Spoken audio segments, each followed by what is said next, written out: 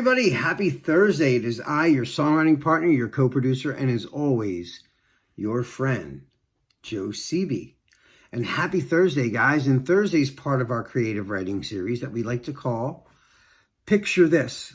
Picture This is when I show you guys an image, a painting, a drawing, a comic, a still, any kind of image. And your job is to write a chorus, a musical or a song chorus, a passage, or a poem. It could be a poem based on the image that you're looking at. This is one of my favorite things to do. And even when we were at the studio at Performing Arts, when we were open, I would love doing this assignment. We would do this every week, the same. That's why I brought it back on the YouTube videos, because it was so fun doing it in class. I show you guys an image, some sort of image, photograph, Google Images, and I show you a picture that, tells some sort of a story. Every picture tells a story, You don't know what's happened before it or after it. So that's the part that's like up to your imagination. So you can write whatever it is that you think is happening based on what you're looking at. And, and again, this is not something, you don't have to do this. I'm just letting you guys know. Don't feel obligated that you have to do this. If you're watching this video and you want to try it, that's fine. If you don't want to try it, that's fine too. Even if you just try it up in your mind, I want you to use your imagination I want you to study the picture that I give you, and I want you to look at it and just daydream. Stare at it until you don't see it no more, and you start to go into your mind into a daydream. When you come out of that daydream and you're back to sitting in front of your computer or your, whatever device you're watching, me on right now, then I want you to just put your ideas down. Just put your ideas down. What do you see in the picture? Like, what's in the picture? That's the first thing I do. I always just write what's in the photograph. Okay? And then from there, I start to say, what happened just before this? Like, if this was a photograph, sometimes it's a painting, but let's pretend all of them are photographs, right? What happened just prior to that scene? What happened just minutes afterwards? What's this person's history? What's going on in the picture? What is their mental state in that picture? Are they happy? Are they sad? Are they scared? Are they angry? Are they laughing? Are they crying? Is the person by themselves? Are they with a group? Where are they at? Are they at Disneyland? Are they, where are they? So, these are all the things that you should write down. So you should get a piece of paper and just write down everything that you see in the picture. And the only rules to this are that it rhymes and that it tells some sort of a story, And don't just rhyme to make it rhyme. Like I said in the other class, my love is true. I just bought some glue. The sky's really blue. That's just rhyming to rhyme. You're not telling a story. You're just rhyming the end of each line to make it rhyme. That doesn't really do anything to set a story in motion. Okay, so that's the only rules. So it should rhyme and it should tell a story. Okay.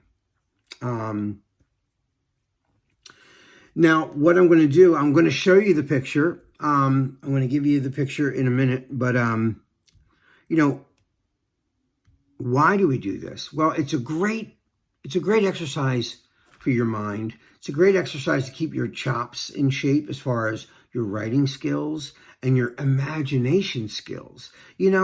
This is more about your imagination than even writing. As long as here's where I'm happy if you're just watching this class and your participation is to daydream looking at that picture.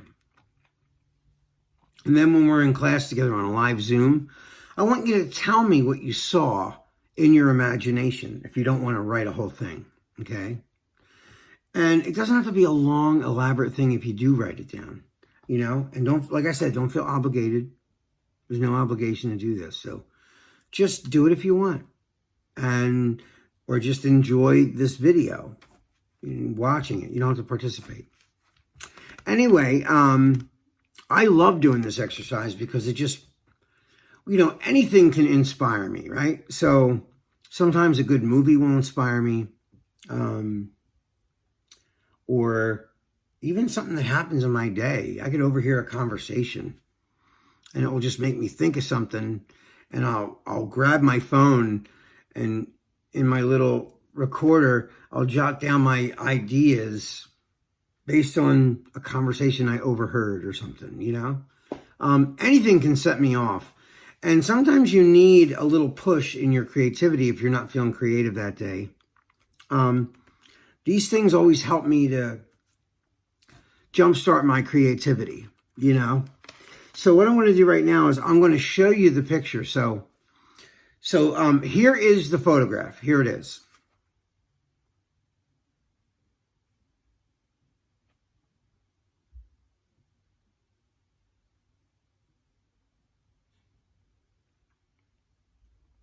I really want you to study that picture. Look at everything that's there. There's a woman sitting at a table alone. It's a table for two, but actually it's a table for three. And she's the only one there. And she looks a little bit disappointed. And we're back. So that is our picture. The woman sitting out. I don't know if it's a restaurant. It looks like it could be a restaurant. And sitting with her hands under her chin, elbows on the table. Looks a little disappointed. She's there alone. Well, the first thing that I thought of when I looked at that picture was, the first thing that came in my mind, I was going to write a whole thing called Table for One, right?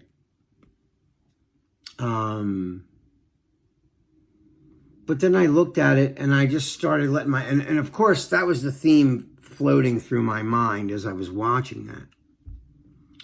So, but, you know, I imagine a whole backstory. That's how my mind works. I see this person and I immediately put her in a situation